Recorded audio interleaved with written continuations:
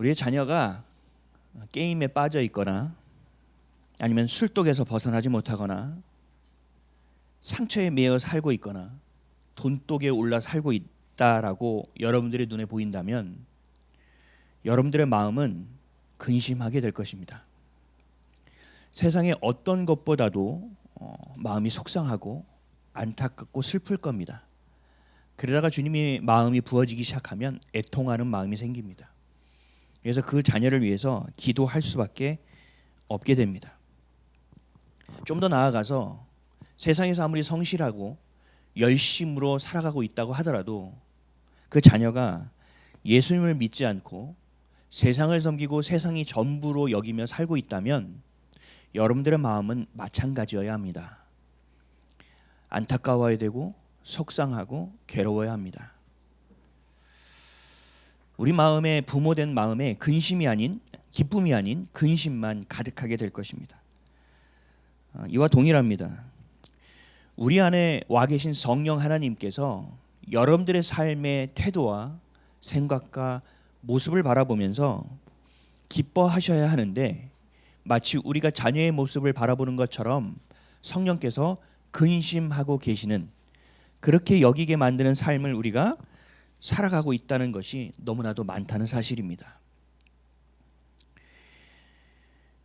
우리가 무언가 굉장히 큰 잘못을 할 때만 성령께서 근심을 하는 것이 아니라 여러분들이 하나님의 자녀라는 사실을 놓쳤을 때 하나님의 자녀라는 그 귀하고 복된 사실, 그 정체성을 놓치고 살아가는 것이 성령을 근심하게 만드는 것입니다.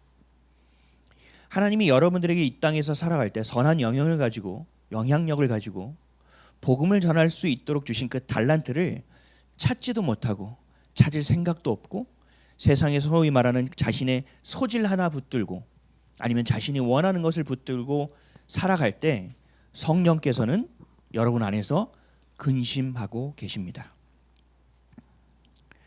하나님이 없는 것처럼 세상이 전부인 것처럼 살아갈 때 우리 안에 계신 성령은 근심하시고 또 근심하십니다. 세상에 죽음이 없는 것처럼 살아가는 것, 교회를 다녀도 천국이 없는 것처럼 살아가는, 나중에 하나님 앞에 독대하게 되는 그 시간을 무시하며 살아가는, 정말 세상이 전부처럼 불나방처럼 살아가는 모습을 보면서도 성령께서는 근심하고 계십니다. 우리 30절 말씀 한번 다시 한번 읽어볼까요? 오늘 본문 시작. 하나님의 성령을 근심하게 하지 말라.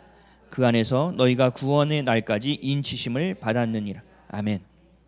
오늘 말씀은 그래서 성령을 근심하게 하지 말라라는 것입니다. 우리가 구원의 날까지 인치심을 받은 자이기 때문에, 다시 말해서 예수 그리스도로 인하여 구원받은 하나님의 백성이기 때문에 성령님은, 우리를 자녀 삼아 주신 하나님은 우리를 고아와 같이 버려두지 않기 때문입니다. 우리를 고아와 같이 버려두시고 우리를 자녀로 여기지 않으신다면 우리가 어디서 무엇을 하든 관계가 없을 거예요. 저도 여러분들에게 고백했듯이 예전에 착각을 했어요. 저희 자녀가 스마트폰에 빠져 살고 있을 때 유튜브를 보면서 키득키득거리더라고요. 그래서 제가 그랬거든요. 아무 생각 없이. 이건 영적인 것이 아니죠. 아유, 저렇게라도 웃으니까 좋네. 그 소리를 제가 듣고 제가 깜짝 놀란 거예요. 야, 네가 목사가 맞냐? 지금 저게 좋다라는 거냐? 지금 저게 저 자녀가 행복한 일이냐? 내가 우리 아들을 내가 자녀로 여긴다면 난 그렇게 생각하면 안 되는 거죠. 내가 편하자고 하는 생각이죠. 그건 내 거죠. 우리 안에 계신 성령님은 우리를 자녀 삼아 주셨기 때문에 여러분이 영이 아닌 육으로 가고 하나님의 것이 아닌 세상의 것으로 갈 때 매우 근심하신다는 거예요. 그리고 그냥 근심하신 것으로 끝나는 것이 아니라 여러분을 그대로 놔두지 못하십니다. 왜요? 여러분을 사랑하시기 때문입니다. 쉽게 말해서 우리가 하나님의 뜻대로 살지 못할 때, 영적인 것이 아니라 육적으로 살아갈 때 하나님이 나를 이 땅에 보내신 이유를 모르고 살아갈 때 성령께서는 근심하신다는 것입니다. 성령 하나님이 우리 가운데 오시면 우리의 삶에는 초자연적인 일, 초현실적인 일이 일어나게 되어 있습니다. 성경을 보면 죽은 자가 일어나는 일도 있었고요, 병든 자가 낫는 일도 있었고요, 완전히 잃어버린 나라를 회복한 때도 있었습니다. 이러한 하나님의 일하심을 우리는 기적이라고 합니다. 그런데 여러분, 가장 큰 기적이 뭔지 아세요? 가장 큰 기적? 죽은 자가 다시 살아나는 것? 우리는 다시 살아나게 되어 있습니다. 병든 자가 다시 낫는 것? 병든 이유를 알아서 그 병든 것을 통하여 하나님이 살아계심을 아는 것에 의미가 있겠죠. 진짜 기적은 뭐냐면요, 예수 그리스도. 예전에는 내가 원하는 내 행복을 위해서 살아갔던 사람이 이제는 예수 그리스도를 위하여 살아가는 사람으로 바뀌는 것.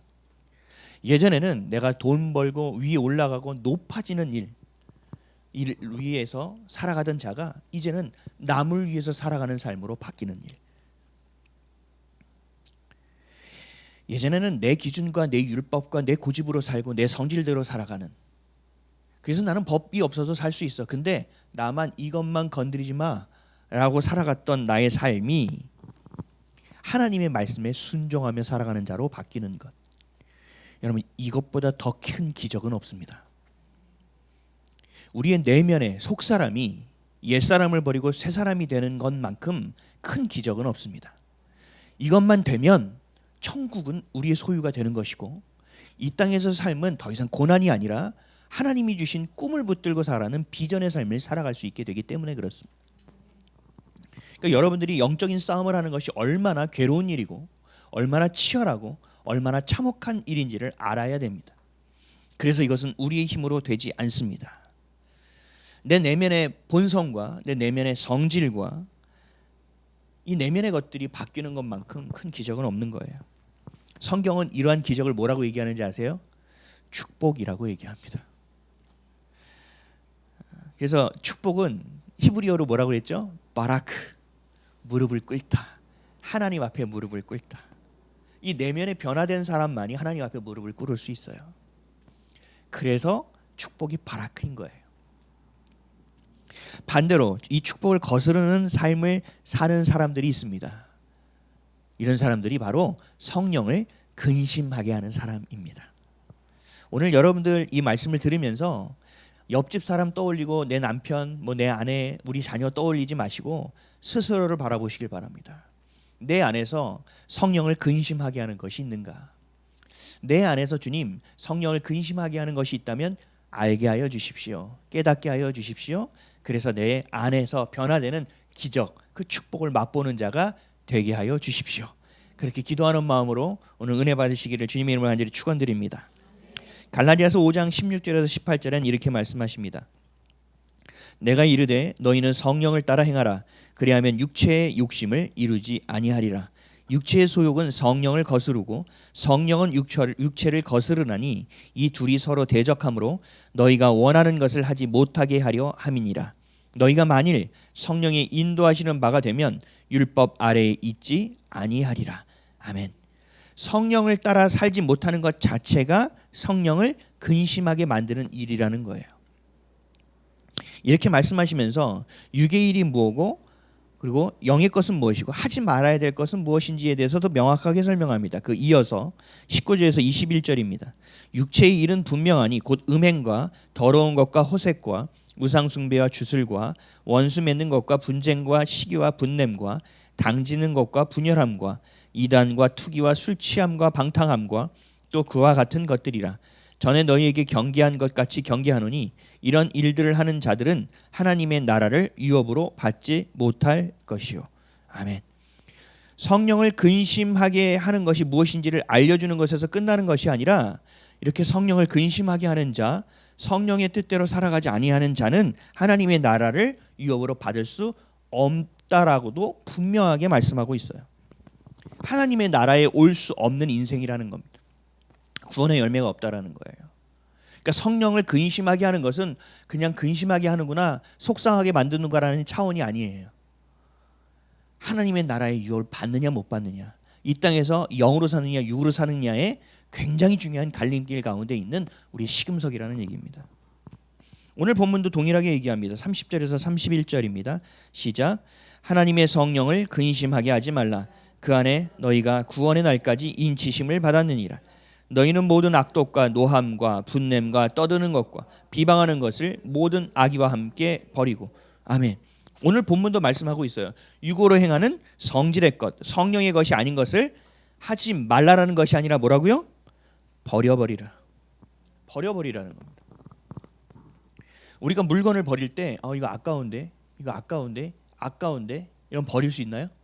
못 버려요. 그러니까 세상 것에 우리가 미련이 있으면 못 버려요. 그러니까 이게 뭘로 바꿔줘야 되느냐? 성령의 것으로 바꿔지면 버리게 되어 있습니다. 아니면 절대 못 버려요. 버릴 수가 없어요. 이거 나중에 쓸 수 있는데, 이게 나중에 필요할 것 같은데, 온갖 합리화가 돼서 집이 침으로 가득 쌓여지는 것처럼 우리 안에 성령의 것이 아니라 내 안에 내 생각과 내 고집과 내 율법과 내 기준만 가득 쌓여버리는 상황이 되어버리는 겁니다. 근데 문제가 있어요. 문제가 뭐냐면, 여기까지는 알겠는데 성령님이 내 안에 계신지가 확신이 없는 거예요. 내 안에 성령이 계신지라는 그 생각조차가 매우 의심스러운 거예요. 계속 물음표가 생기는 거예요. 내가 그래, 성경 말씀을 보고 그래, 맞아, 성령께서 나를 인쳐주셨고 내가 하나님의 자녀지, 나를 위해서 십자가에서 죽으셨지, 아멘. 그리고 세상에 나가는데, 관계 속에 나가는데 그 삶의 현장에서 이질이 치이고 맞고 세상의 기준이 막 들어오다 보니까 어떻게 돼요? 헷갈리기 시작하는 거예요. 내가 이 과장인지 이 집사인지를 헷갈리기 시작하고, 내가 하나님의 자녀인지 이 조직 속에서 있는 자인지를 헷갈리기 시작하는 거예요. 그러니까 이 성경적으로 말하면 영과 육이 막 섞여버리는 거예요. 그러니까 뭘 잡아야 될지 모르는 상황이죠. 그러니까 뭐 해야 돼요? 가긴 가야 되니까 열심히는 사는데 결국 열매 없는 것이 돼버리는 거죠. 정신을 차리고 보면 내가 한 주 동안 뭐 했지?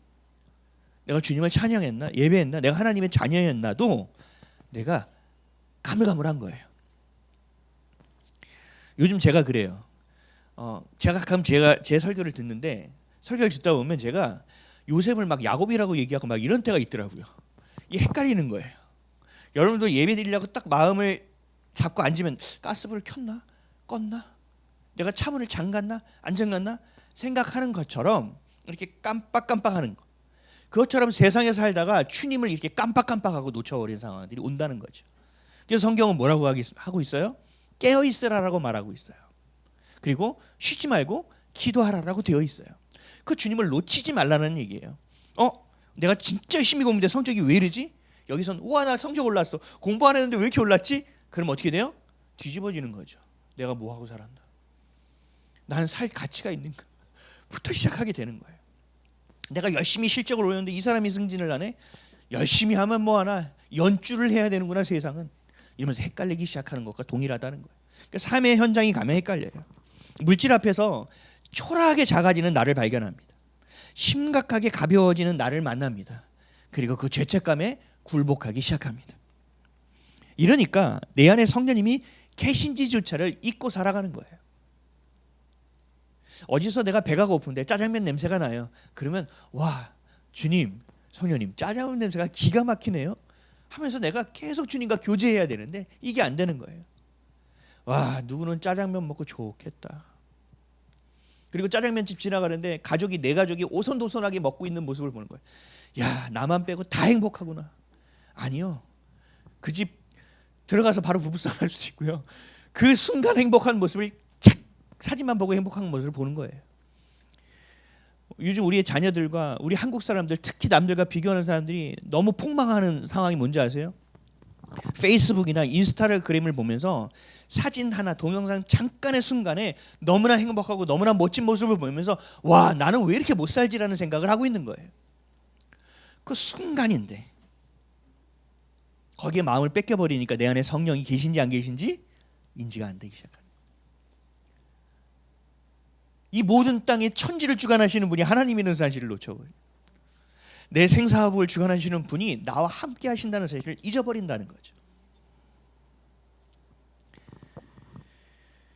그리고 또다시 내 기준과 내 감정과 내 생각과 내 판단으로 돌아갑니다.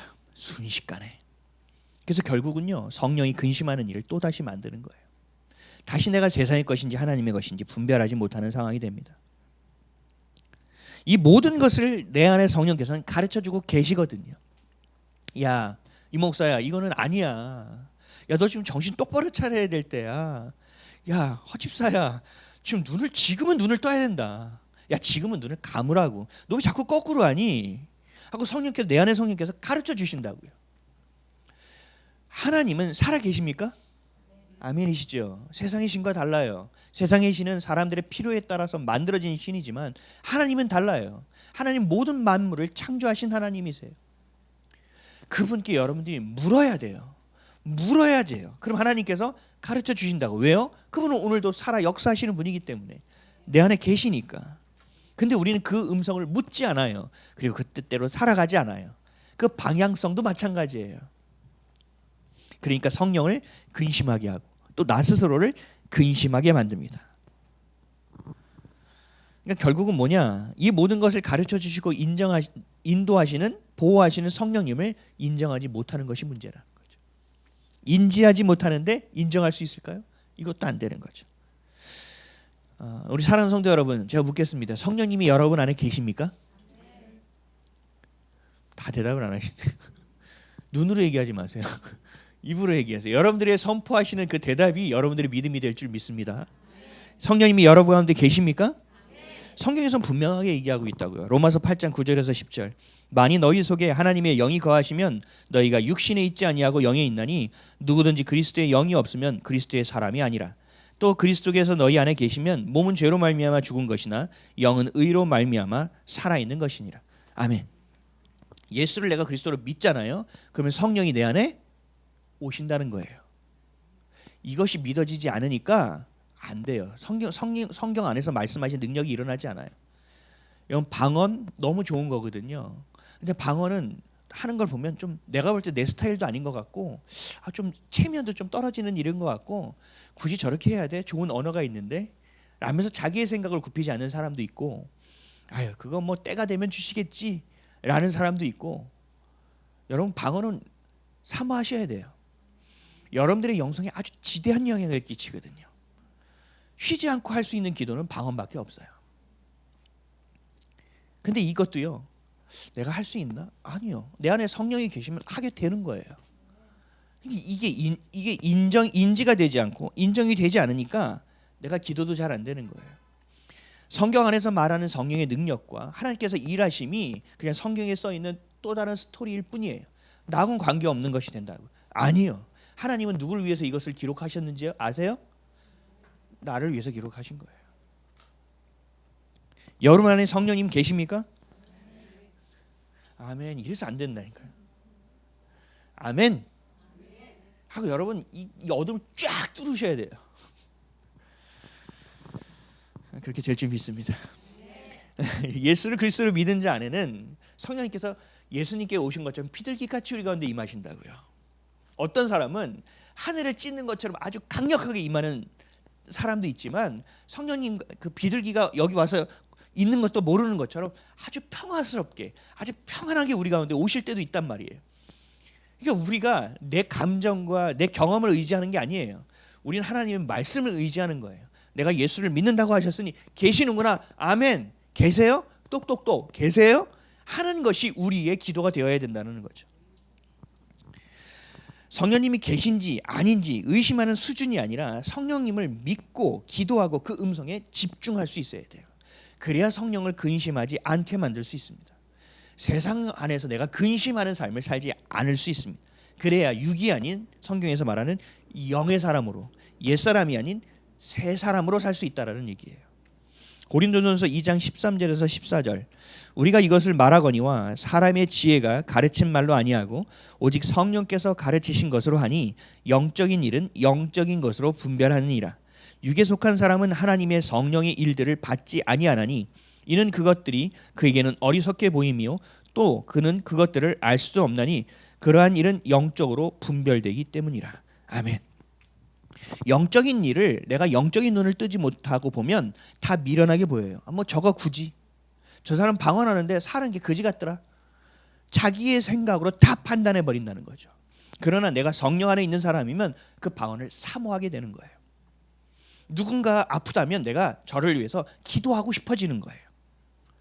저 사람이 침울하게 보여 있으면 긍휼이 여겨지는 거예요. 내 안에 성령이 계신지 안 계신지의 표식은 굉장히 많거든요. 여러분들이 오늘 주의 날 이 자리에 와 앉아 있죠. 여러분들의 의지와 선택으로 여기 와 앉아 있다고 생각하시죠? 아니에요. 그렇지 않아요. 하나님이 부르시지 아니하시면 단 한 명도 예배 자리에 와 앉아 있을 수가 없습니다. 그러니까 여러분 안에 성령이 계시는 거예요, 안 계시는 거예요?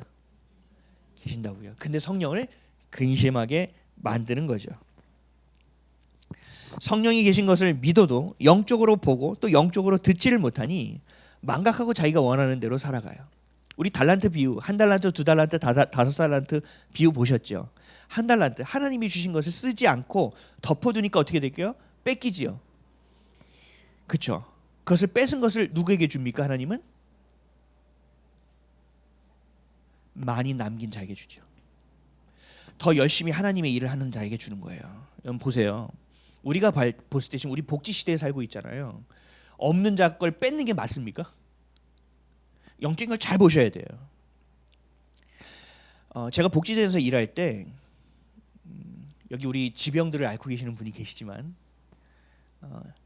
그 신부전증, 그러니까 투석하는 분이나 그 당뇨나 만성 질환이 있잖아요. 그러니까 완전히 다 치유되지 않는, 물론 하나님은 하실 수 있지만 제가 의료 지원을 할 때 정말 어려운 사연들을 많이 봤거든요. 근데 그분을 가면 만성 질환이고 노인들이 많아요. 너무 도와야겠다고 제가 막 그 조사한 거를 써서 올려요. 근데 계속 캔슬되는 거예요. 안 돼. 다시 올려. 너무 답답한 거죠. 그래서 제가 연대 세브란스 병원의 사회복지 그쪽에서 그 담당자들하고 얘기할 때가 있었어요. 근데 그분이 이렇게 얘기하더라고요. 제가 그걸 물어봤더니 안타깝죠. 그분을 도우면 참 좋겠죠. 그러나 재원에는 한계가 있습니다. 그래서 1순위를 따집니다. 우리가 배가 침몰하거나 뭐가 무너질 때 아이를 가장 먼저 살리고 그다음 여성을 살리고 노약자부터 살리지 않습니까? 그와 동일합니다. 조금만 도와주면 바로 일어설 수 있고 조금만 도와주면 바로 사회로 돌아갈 수 있는 사람이 1순위입니다. 어쩔 수 없습니다. 재원에 한계가 있기 때문에 그렇습니다. 너무 어려운 말이었어요. 제가 이해하기는. 여러분 영적인 것도 성경을 읽어보니까 그렇더라고요. 하나님은 당장 내일이라도 다시 예수 그리스도의 재림이 있을 수 있습니다. 우린 몰라요 그때를. 그래서 하나님은 그 구원에 있어서 생명에 있어서 하나님 마음보다 급한 사람은 없습니다. 급한 우리의 마음은 급할 수가 없습니다. 단 한 명이라도 빨리 살리셔야 되는 거예요. 그래서 하나님 어떻게 하시는지 아세요? 깨어있는 자에게 능력을 더 주시는 거예요. 살아있는 자에게 더 재원을 주시는 거예요. 더 주님 앞에서 더 헌신할 수 있는 자에게 사람을 붙이시는 거예요. 그래서 더 활성화시키는 일을 만든다는 거죠. 우리의 생각으로 계속 굳어져 있죠. 하나님은 기회를 주세요. 계속 기회를 주세요. 끝까지 기회를 주세요. 그러나 우리가 하나님의 일을 누리기는 어렵습니다.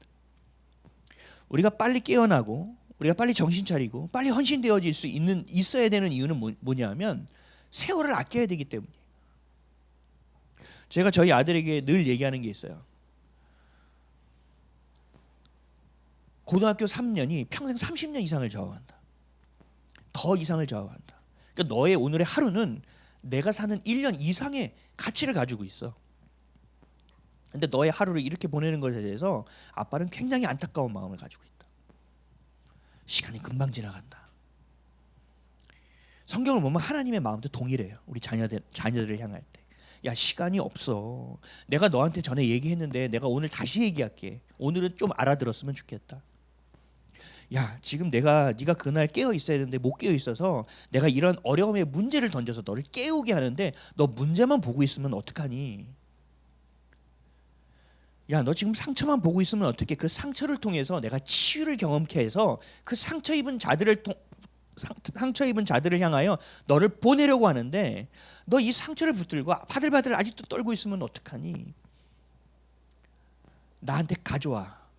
내가 널 살릴 테니까. 나한테 고백해. 내가 치유할 테니까. 성경은 이 말씀을 끊임없이 말씀하고 있습니다. 끊임없이. 근데 이게 우리가 영에 속하지 못하고 성령을 근심케 하고 성령이 있는지도 잘 모르고 살아가니까 그 때마다 내 생각으로 돌아오고 내 판단으로 돌아오고 내 성질과 내 율법으로 돌아오니까 마음이 기경되는 것이 아니라 점점 굳어집니다. 하나님 말씀의 씨앗을 심을 수 없는 상태가 되어버립니다. 그리고 성령이 없는 사람처럼 하나님의 자녀가 아닌 사람처럼 자신이 맞는 것처럼 결정하고 선택하고 사람들을 판단하며 살아가기 시작합니다. 그리고 아무리 영적인 이야기를 해주고 살리려는 이야기를 해줘도 받아들이지 않습니다. 그리고 자신의 것을 가지고 방어하기에 급급합니다. 그리고 자신을 도우려고 하는 사람을 공격하기 시작합니다. 그래서 내 안에 계신 성령님은 뭐하고 계시다고요? 그때 탄식하고 우리를 위하여 기도하며 근심하고 계시다는 거예요. 이런 상태로 일관되게 살아가는 사람이 교회 안에도 굉장히 많습니다. 아무것도 인식되지 않고 있는 사람들. 그러니까 내가 교회 안에 있어. 그리고 말씀도 읽고 있어. 내가 예배에도 나와. 11조도 드려. 교회도 헌신해. 그러니까 자기가 육적으로 살아가는지 영적으로 살아가는지 인지가 안 돼요. 이런 건 별개입니다. 물론 봉사하고 헌신하는 사람들이요, 보면 은혜 받은 자, 내가 주님 앞에서 구원받은 것이 확실한 자, 내 안에 성령께서 일하시는 자는 그렇게 하게 되어 있어요. 근데 그 은혜라는 것이 오늘 그리고 내일을 기대하는 것이 아니라 어제로 끝나서 과거에 있는 사람들은요, 이것이 내 육으로 하는 것이 되어버립니다. 그러니까 인지가 안 되죠. 그러니까 본인은 스스로가 굉장히 영적으로 살아가고 있다고 확신하는 거예요. 이런 사람들에게 가서 저희 집사님 기도 잘하셔야 돼요. 저 기도하고 있는데요. 집사님 말씀 보실 때 진짜 이렇게 보셔야 돼요. 제가 지금 몇 떡을 하고 있는지 아세요? 집사님 예배 드리실 때는요, 정말 간절한 마음으로 드려야 돼요. 와, 제가 예배 드릴 때 눈물 흘리는 거 못 보셨어요? 육적으로 생각하니까 영적인 게 이해를 못하는 거예요. 같은 한국말을 하는데 무슨 말인지 못 알아듣는 거예요. 그러니까 어떻게 되는지 아세요? 목사님, 와, 우리 목사님은 나에 관심이 없었구나. 하나도 모르시네. 섭섭하다. 아니요, 그런 얘기 하고 있는 게 아니거든요. 그 완전히 속은 인생이 돼버려요. 교회 안에는 있으나 성령을 근심하는 자, 구원받지 못하는 자가 너무 많아요. 이게 하나님이 얼마나 슬퍼하시는 일인지 몰라요. 이스라엘 백성을 한번 보십시오. 애굽 땅에서 10가지 재앙을 통해서 모세를 인도하심을 통해서 홍해를 가르고 광야를 가잖아요. 약속의 땅을 가잖아요. 근데 광야를 길을 걷고 있는 사람들의 마음은 어떻습니까? 다 하나님을 사랑하고 충성되게 갔나요? 그렇지 않다니까요. 가나안 땅에 들어가서는요, 다 이 약속의 땅을 주신 하나님이니까 하나님 만만세하고 살았나요? 다 그랬나요? 그렇지 않아요. 그래서 성경을 보면 하나님은요, 늘 뭐라고 하시는지 아세요? 남은 자들을 통하여 일하신다 그랬어요. 남은 자는 뭐를 얘기하느냐? 끝까지 복음을 붙드는 자, 어떤 상황에서 타협하지 않는 자. 세상이 말할 때 옹졸해, 배타적이야, 쟤는 개독교, 쟤 예수쟁이. 그럼에도 끝까지 타협하지 않고 하나님 말씀을 붙든 자들을 하나님께서 사용하신다고 얘기하는 거예요. 그러니까 그런 자가 많다라는 얘기입니까?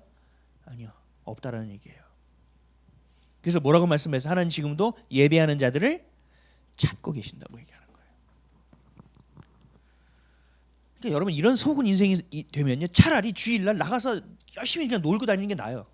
이 땅에서 그냥 실컷 노는 게 낫죠. 꼭 그러라는 얘기는 아닙니다. 눈이 반짝이는 분들이 깜짝 놀랐습니다. 그런 얘기가 아니라 제대로 하자는 얘기죠. 성령을 따라갈 때 제대로 따라가자. 진짜 예수를 믿으면 제대로 믿자. 하나님의 부르심, 하나님의 계획과 일하심, 성령님의 간섭하심, 그리고 나를 위해서 예수님이 십자가에서 죽으시고 부활하신 이유가 여러분이 매일매일 살아갈 때 더 선명해져야 돼요. 이게 뿌얘지면 안 돼요. 이게 뿌얘지고 흐려지잖아요. 마음을 잡기 위해서 기도의 자리에 빨리 들어가야 돼요. 여기서 한번 놓치기 시작하면 인지하지 못해서 확 빨려 들어가 버립니다.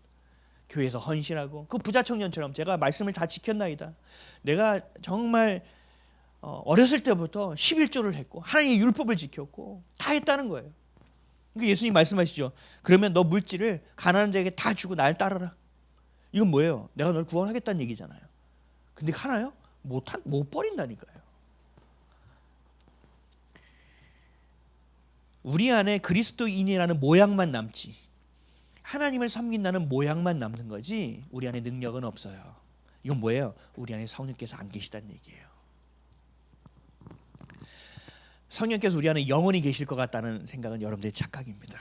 데살로니가전서 5장 19절에서 22절 성령을 소멸하지 말며 예언을 멸시하지 말고 범사에 헤아려 좋은 것을 취하고 악은 어떤 모양이라도 버리라. 아멘. 하나님의 뜻을 잃고 살아가고 성령을 계속 근심케 하는 사람은 성령을 소멸시키는 자라는 거예요. 그리고 예언, 하나님의 말씀을 멸시하는 자라는 얘기예요. 또 무엇이 좋은지조차 분간하지 못하는 자라는 거예요. 그럼 결국 좋은 열매는 맺을 수 없는 자가 되겠죠. 여러분 이게 굉장히 무서운 말이에요. 이게 얼마나 무서운 말인지 알아야 돼요. 사랑하는 성도 여러분, 여러분은 인침을 받은 자입니다. 아멘이십니까? 인침을 받은 자가 성도예요. 제가 성도와 신도의 차이를 얘기했죠. 신도는 그냥 믿음을 따라가는 자예요. 그 믿음은 부처를 믿는 것도 믿음이고요. 1월 성신을 믿는 것도 믿음이에요. 그렇죠? 우리는 그러나 믿음 신도가 아니고 성도입니다. 성도는 뭐예요? 거룩함을 따라가는 자예요. 거룩함을 따라가는 무리가 성도란 말이죠. 성령의 인치심을 받은 자들이라는 거예요. 성령께서 뭐라고 했어요? 너는 내 것이다 라고 말하면서 우리에게 도장을 찍은 거예요. 계약서에 도장을 딱 찍은 거예요. 그리고 옛날 중세시대 보면요, 편지를 이렇게 봉하지요. 그리고 거기 촌농 같은 걸 막 떨어뜨려요. 그리고 자기 반지 있잖아요, 인장, 그걸로 인칩니다. 이게 인치는 거예요. 이 내용은 내가 도장을 찍고 내가 사인해서 확실해. 근데 이 확실한 것은 내가 얘한테 정확하게 보증할 거야. 이게 우리 가문의 인장이거든. 어떤 누구도 따라할 수 없거든. 그리고 그걸 찍어서 그걸 봉하는 거예요. 여러분은 그런 존재라고요. 하나님께서 이 땅 가운데서 구별하여 선택해서 불러주셔서 넌 내 거야. 넌 내 자녀야. 내가 너를 책임질 거야. 내가 너를 먹이고 입힐 거야. 너는 내 곁에만 있어. 그러면 내가 너의 하나님이 되고 넌 나의 백성이 될 거야. 이 10가지의 계명, 아니 내가 10가지의 너에게 준 축복이거든. 그 안에서 붙들고 있어. 그럼 내가 너의 하나님이 될 거야. 넌 내 거야 라고 여러분에게 도장을 찍은 거예요. 그리고 어떻게 했다고요? 봉하여 인쳤다고요. 인장을 찍어서. 어떤 누구도 이 사랑과 이 구원에는 변개할 자가 없습니다. 이거 변개하면 어떻게 되는지 아세요? 죽어요. 그 인장을 위조하면 그냥 죽습니다. 누구도 이것을 변경할 수 없습니다. 이것을 또 그냥 끝나지 않았어요. 예수 그리스도가 십자가의 죽음으로 그 우리에게 주신 그 사랑, 인치심을 확증하셨어요. 아멘이십니까? 그리고 예수님께서 승천하시면서 뭐라고 그랬어요? 내가 너희와 함께 있는 거, 내가 떠나는 것이 너에게 유익이야. 왜? 내가 너에게 성령을 보낼 거니까. 각자 한 명 한 명에게 내가 다 보낼 거니까. 이게 얼마나 놀라운 일이냐는 거예요. 그리고 끝이 아니죠. 부활하심으로 뭐 하셨어요? 영원한 생명을 약속하셨어요. 부활의 첫 열매가 되어주셔서 우리가 부활의 열매가 되게 하셨습니다. 여러분의 존재는요, 그런 존재예요. 여러분 세상에 믿을 만한 사람이 있습니까? 없어요. 없어요. 근데 주님은요, 변함이 없으세요. 여러분들의 향한 사랑이. 뭐가 변합니까? 상황과 환경이 변하는 거죠. 그래서 뭐가 변합니까? 우리의 마음과 생각이 변하죠. 안 돼요. 이것을 변질이라고 얘기하는 거예요. 하나님은 변함이 없습니다. 누가 이 약속을 변기할 수 있습니까? 하나님 외에는 할 수 없습니다. 누가 이런 주신 언약을 부정할 수 있습니까? 아무도 할 수 없습니다.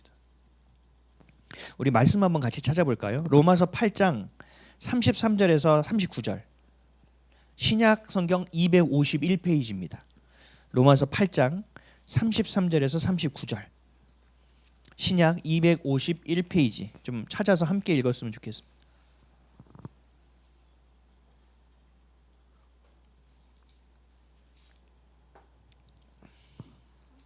로마서 8장 33절에서 39절, 신약성경 251페이지, 좀 길지만 한 목소리 읽겠습니다. 시작. 누가 능히 하나님께서 택하신 자들을 고발하리요? 의롭다 하신 이는 하나님이시니 누가 정죄하리요? 죽으실 뿐 아니라 다시 살아나신 이는 그리스도 예수시니 그는 하나님 우편에 계신 자요 우리를 위하여 간구하시는 자신이라. 누가 우리를 그리스도의 사랑에서 끊으리요? 환난이나 곤고나 박해나 기근이나 적신이나 위험이나 칼이라. 기록된 바 우리가 종일 주를 위하여 죽임을 당하게 되며 도살당할 양같이 여김을 받았나이다 함과 같으니라. 그러나 이 모든 일에 우리를 사랑하시는 이로 말미암아 우리가 넉넉히 이기느니라. 내가 확신하노니 사망이나 생명이나 천사들이나 권세자들이나 현재일이나 장래일이나 능력이나 높음이나 깊음이나 다른 어떤 피조물이라도 우리를 우리 주 그리스도 예수 안에 있는 하나님의 사랑에서 끊을 수 없으리라. 아멘. 끊을 수 없다고요. 아무도 변개할 수 없다고요. 여러분들은 인치심을 받은 하나님의 백성이라고, 하나님의 귀한 아들과 딸이라고요. 이 사실은 변함이 없다고요. 아멘이십니까? 이게 우리에게 가장 중요한 거예요. 이 정체성을 놓치면 우린 신앙이 쌓일 수 없습니다. 이 정체성이 없으면 말씀을 읽어내게 할 수가 없습니다.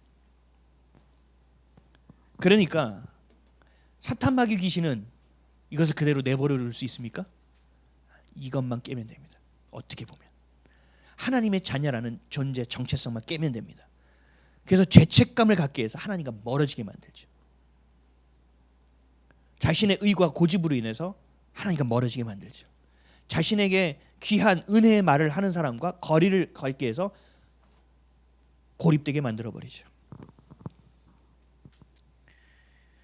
여러분, 자신의 생각과 감정과 상황에 여러분들의 생각과 마음을 빼앗기지 마시기 바랍니다. 그럴 때마다 하나님의 사랑을 생각하시고 인치심을 받은 자라는 사실을 분명히 하십시오. 자신의 정체성, 그리스도인으로서, 하나님의 자녀로서, 부르심을 받은 자로서, 성도요 교회로서, 제사장으로서 부름받은 자신이 여러분 스스로가 누구인지를 알고 있다면 하나님의 사랑과 그리스도의 은혜와 성령님의 일하심을 안다면 우리는 이렇게 살아야 됩니다. 오늘 본문 32절입니다. 에베소서 4장 32절. 시작. 서로 친절하게 하며 불쌍히 여기며 서로 용서하기를 하나님이 그리스도 안에서 너희를 용서함과 같이 하라. 아멘. 용서요? 우리 못해요. 친절이요? 안 돼요. 불쌍히 여기는 일 안 되죠. 불가능해요. 성령의 인치심을 받고 내 안에 그분이 살아계시고 내가 그 은혜를 받은 자면 그것이 되어진다라는 얘기입니다. 성령의 인치심을 받은 여러분은 누굽니까? 예수 그리스도는 누구를 위해 죽으셨습니까? 이사야 43장 1절에서 2절. 야곱아 너를 창조하신 여호와께서 지금 말씀하시느니라. 이스라엘아 너를 지으신 이가 말씀하시느니라. 너는 두려워하지 말라. 내가 너를 구속하였고 내가 너를 지명하여 불렀나니 너는 내 것이라. 내가 물 가운데로 지날 때에 내가 너와 함께할 것이라. 강을 건널 때에 물이 너를 침몰하지 못할 것이며 내가 불 가운데로 지날 때에 타지도 아니할 것이요 불꽃이 너를 사르지도 못하리니. 아멘. 이렇게 말하니까 잘 와닿지가 않죠. 너희에게 질병이 있을 때에 내가 너와 함께하리라. 너의 통장이 제로가 돼 있을 때도 너는 침몰하지 않을 것이다. 너가 직장을 잃었을 때에도 너는 타지 않을 것이다. 어떤 화재가 날지라도 내가 너희 집은 지킬 것이다. 어떤 물난리가 나도 너는 절대 그 피해를 입지 않을 것이다. 이 얘기를 하고 계시는 거예요. 왜요? 왜요? 하나님 좋으신 분이니까? 아니요. 여러분들이 하나님 자녀니까요. 하나님이 여러분을 그리스도의 피값으로 그 죽음으로 생명으로 여러분을 사신 분이니까. 이거를 신약 성경에 보면 더 명확하게 얘기합니다. 베드로전서 2장 9절에서 10절. 너희는 택하신 족속이요 왕 같은 제사장들이요 거룩한 나라요 그의 소유가 된 백성이니 이는 너희를 어두운 데서 불러내어 그의 기이한 빛에 들어가게 하신 이의 아름다운 덕을 선포하게 하려 하심이라. 너희가 전에는 백성이 아니더니 이제는 하나님의 백성이요 전에는 긍휼을 얻지 못하였더니 이제는 긍휼을 얻은 자니라. 아멘. 아멘이십니까? 아멘. 아직도 저는 죄인이에요. 죄 가운데 있어요. 여러분 앞에서도 말씀을 선포하고 있지만 이 죄 가운데서 몸부림치는 건 동일합니다. 저에게 오는 시험도 저도 여러분처럼 똑같이 힘듭니다. 그러나 분명한 건 뭐예요? 전에는 긍휼을 얻지 못하던 자였는데 내가 긍휼을 얻은 자라고 말씀하고 있습니다.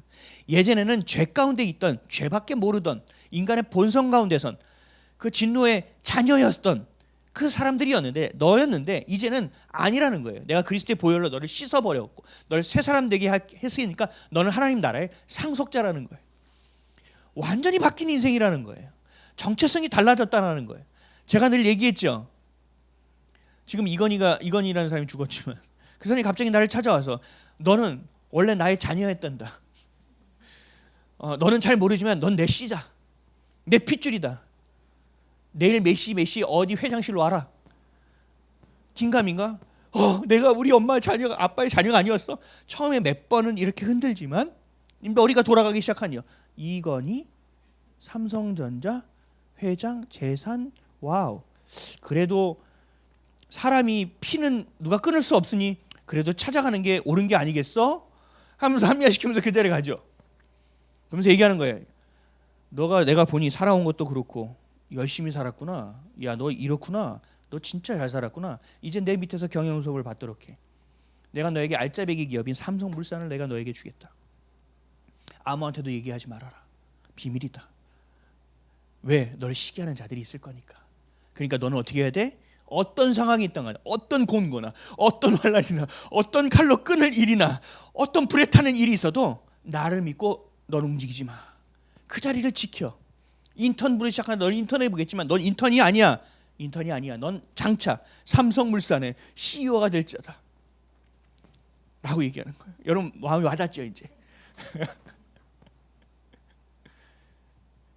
하나님 나라예요. 영원한 생명이에요. 이게 우리에게 잘 와닿지가 않아요. 영원이라는 단어가 잘 와닿지가 않아서 그래요. 그래서 하나님은 이 땅 가운데서 우리에게 경험케 하시는 거예요. 내가 안 될 상황에서도, 정말 힘든 상황에서도 내가 부여잡고 기도하는 거예요. 내가 질병이 있는 곳에 내가 손을 얹고 기도하는 거예요. 하나님 낫게 하실 수도 있죠. 아니면 우리의 마음을 뒤집을 수도 있는 거예요. 이걸 통해서 내 가족을 뒤집을 수도 있는 거예요. 하나님이 하실 일을 하십시오 라고 내가 기도하는 거예요. 하나님, 내가 형편이 이렇습니다. 그러나 주님께서 나를 굶기지 아니한다고 하셨사오니 하나님, 내가 여기에 목매지 않고 주님의 나라의 의를 구하는 자가 되겠습니다. 하나님, 제가 기도할 것이 무엇입니까? 주옵소서. 주십시오 라고 기도할 수 있어야 된다는 거예요. 아멘입니까? 그러니까 여러분 스스로가 누구인지를 인지하고 그 정체성을 가져가는 것이 그리스도의 피값. 하나님은 자신의 생명으로 우리를 사셨다니까요. 그러실 필요도 없는데.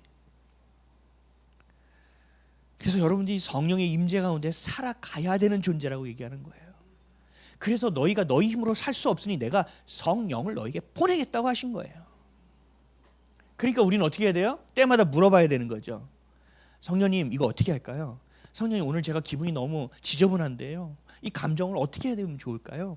오늘 이 사람 때문에 제가 오늘 진짜 기절하겠거든요. 살겠거든요.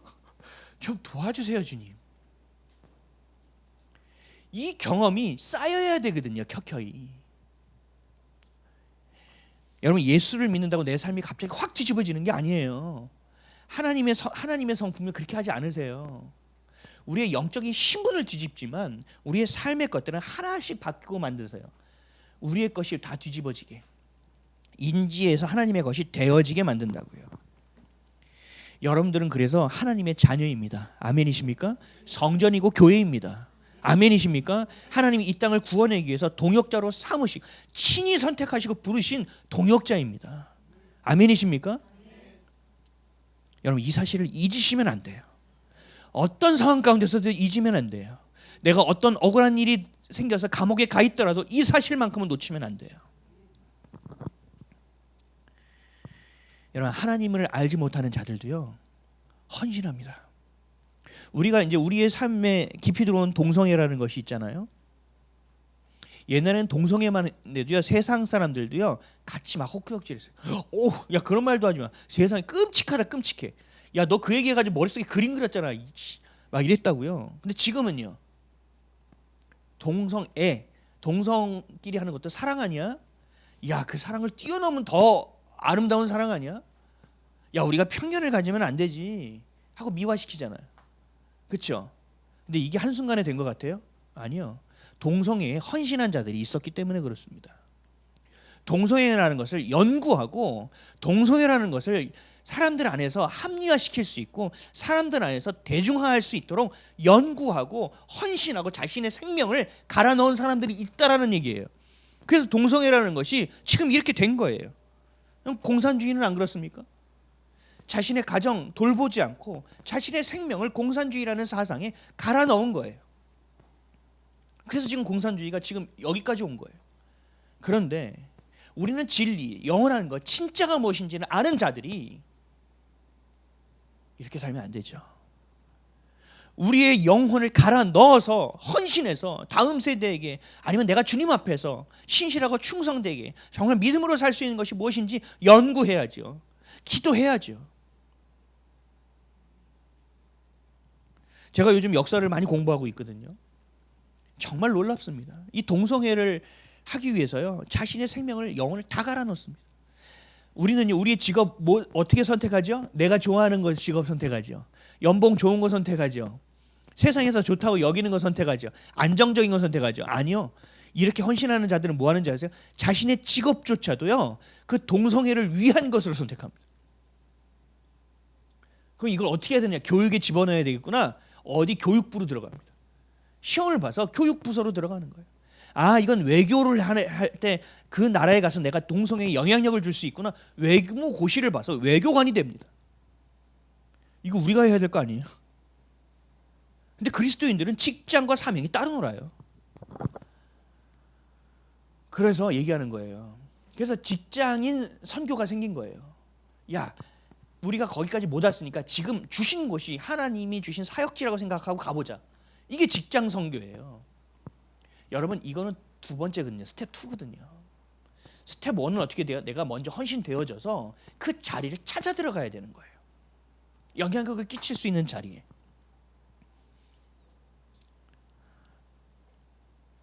근데 우리는 하나님께 집중이 안 되는 거죠. 내 안에 성령이 계신지도 잘 모르겠다는 거죠. 그러니까 헌신되지 않아요. 세상의 일말의 어떤 사상적인 가치보다 이 진리의 가치가 더 가볍다고요. 그래서 이게 통탄을 노리신 거예요. 이 진리에 우리의 생명을 못 맡긴다고요. 이 진리에 내 삶을 던지질 못한다고요. 그러니까 이거 작은 것 하나 싸우다 보니까 이게 큰 거를 하나도 못하는 거예요. 그러니까 이 진리를 가지고 있는 자들이 세상의 리더십을 가지지 못해요.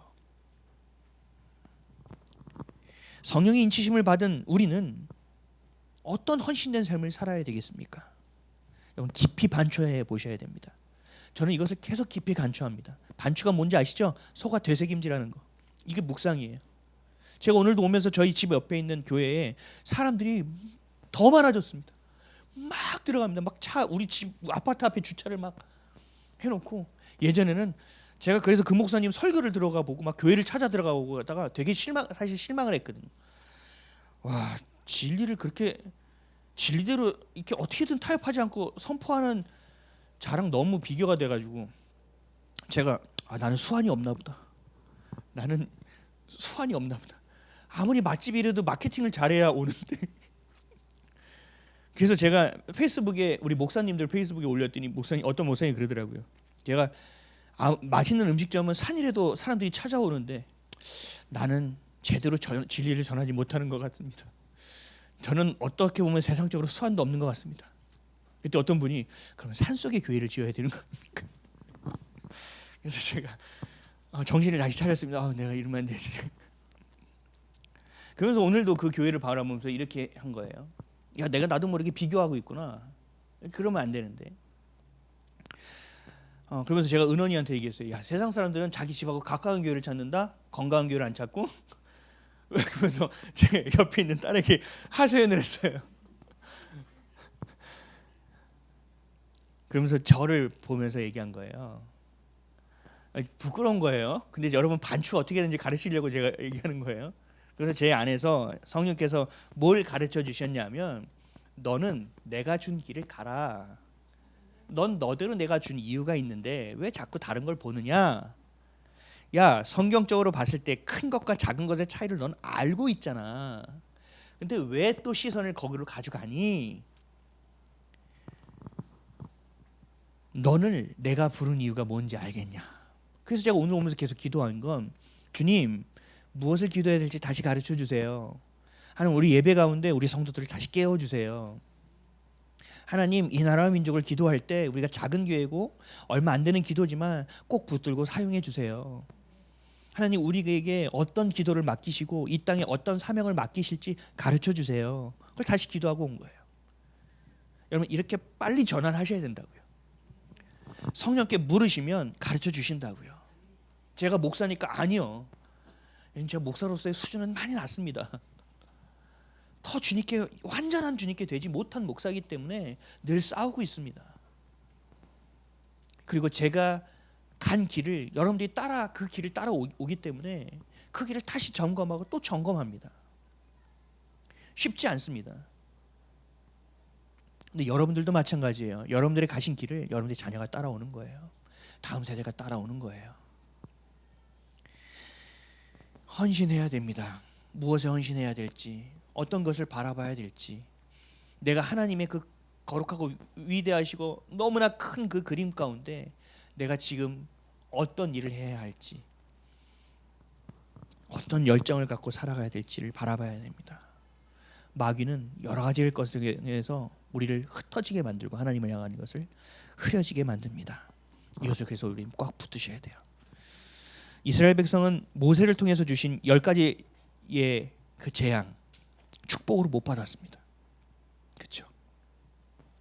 하나님께서 여러분 안에 있는 10가지의 재앙, 우상과 같이, 애굽 사람들이 섬기는 것 같이 여러분 안에 있는 우상들을 하나씩 제거하고 계시거든요. 그래서 결국은 출애굽시키셔서 진짜 교회가 돼서 하나님 나라에 입성할 수 있게 만드시고 계시거든요. 근데 그 우상을 계속 붙잡고 그 10가지의 축복이 하나님이 마치 재앙을 주시는 것처럼 여기고 있지는 않습니까? 광야로 들어갔습니다. 하나님께서는 낮에는 구름 기둥으로, 밤에는 불 기둥으로 우리를 지키고 계십니다. 그 은혜와 그 사랑을 우리는 알지 못한 채 그것을 하찮은 것으로 여기며 광야길 가운데 부르튼 내 발을 보면서 내 처지를 한탄하고 있지는 않습니까? 이것이 다 놓친 겁니다. 이것이 바로 성령을 근심하게 만드는 일입니다. 이것이 바로 영이 아니라 육으로 사는 사람들의 모습입니다. 애굽에서 살던 그 옛 시절만 그리워하다가 진짜 주시는 축복은 다 놓칩니다. 허망한 인생이 되어버립니다. 사랑하는 성도 여러분, 내가 누구인지, 하나님이 내 아버지이시며 예수가 나의 그리스도이며 성령님께서 나를 인쳐주셔서 내가 그 죄 가운데서 떠나지 않으시고 나를 지켜주시고 내 길을 인도하기 위해서 정말 애쓰고 계시다는 것을 여러분들이 바라보시고 감격하시기를 바랍니다. 나라를 살리기 위해서 이 위대하신 하나님이 어떤 일까지 하고 계시는지를 여러분들이 바라보시고 간섭하시는 하나님께 감사하시기를 바랍니다. 그래서 악은 어떤 모양이라도 버려야 됩니다. 성령을 근심하게 하지 마십시오.